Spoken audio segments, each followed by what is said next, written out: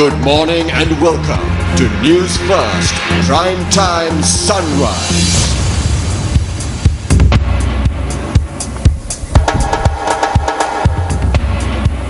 What an absolutely breathtaking view. Yes, I am here at Sripada where Newsfirst has performed yet another first as we broadcast live from the summit of Adams Peak.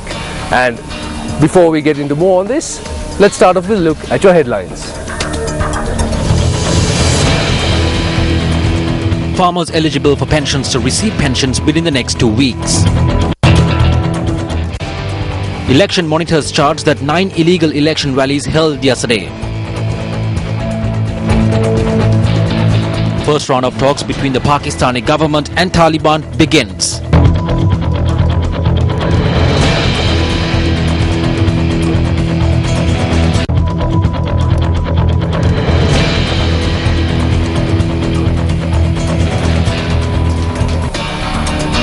Story from this historic broadcast. The Agriculture and Farmers Insurance Board says that a decision has been taken to provide pensions to farmers across the country within the next 2 weeks. Now, its Director General Panduka Veerasinghe said that pensions will be granted to 600 farmers in the Ratnapura district today. At this point, we have concluded work in the Hambantota district. We intend distributing this pension in the Ratnapura district. Thereafter, we will be distributing this pension in the Kaluthura district on the 12th. On the 13th morning, we will be in the Gaul district, and in the latter part of the day, we will be in the Mathura district and intend to distribute this pension to the farmer community in the coming days.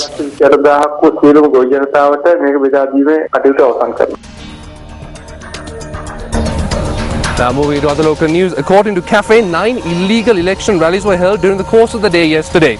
Its Executive Director Kirti Tenakun said that such election rallies were reported in several parts of the country.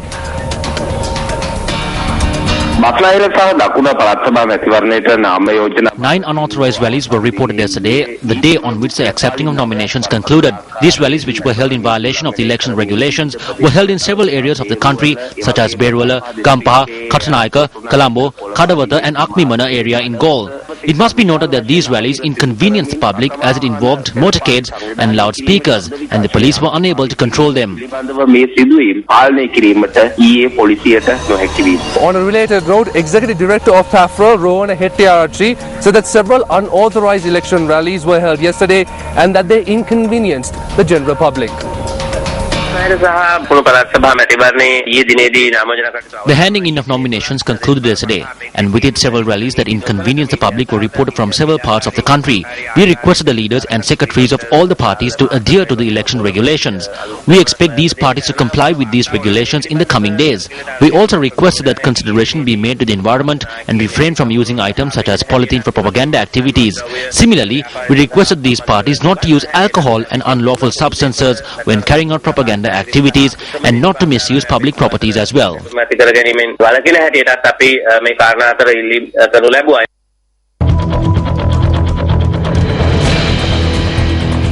you're just joining us, you're watching Prime Time Sunrise, where we're broadcasting live from the summit of Sripada. And now continuing with your local news, the Education Minister Bandula Gunawardena states that 20 marks are allocated for conversing and listening to the English language at the O-levels in 2015. The minister made this statement at a function held in Colombo yesterday. The launch of the Buddhadasa Hewage Sinhala English Dictionary was held yesterday under the auspices of the Education Minister.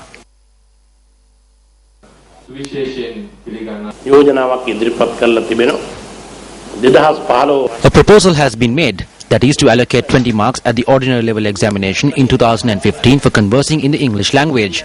We intend adding these marks to the English subject in the same manner that the practicals in dancing and art are added to the final marks of those subjects. I believe that by doing this country's school children who do not attend international and private schools will be able to use this universal language as an educational tool.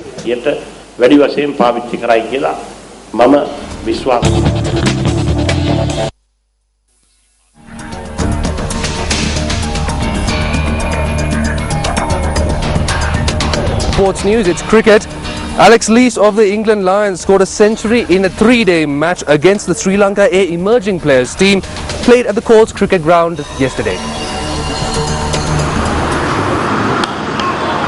Skipper of the Sri Lanka A emerging players won the toss and elected to field first. Coming to bat at the top of the order for the England Lions, Alex Lees reached his century, scoring 15 boundaries. Captain James Taylor contributed with 47 runs. Shehan Jayasuriya picked 2 wickets for 42 runs for the Sri Lanka A emerging players. England Lions were 327 runs for the loss of 5 wickets at the close of play on day 1.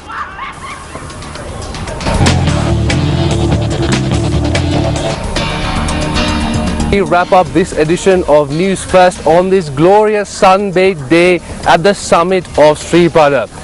For News First, I'm Madhushka Balasuriya.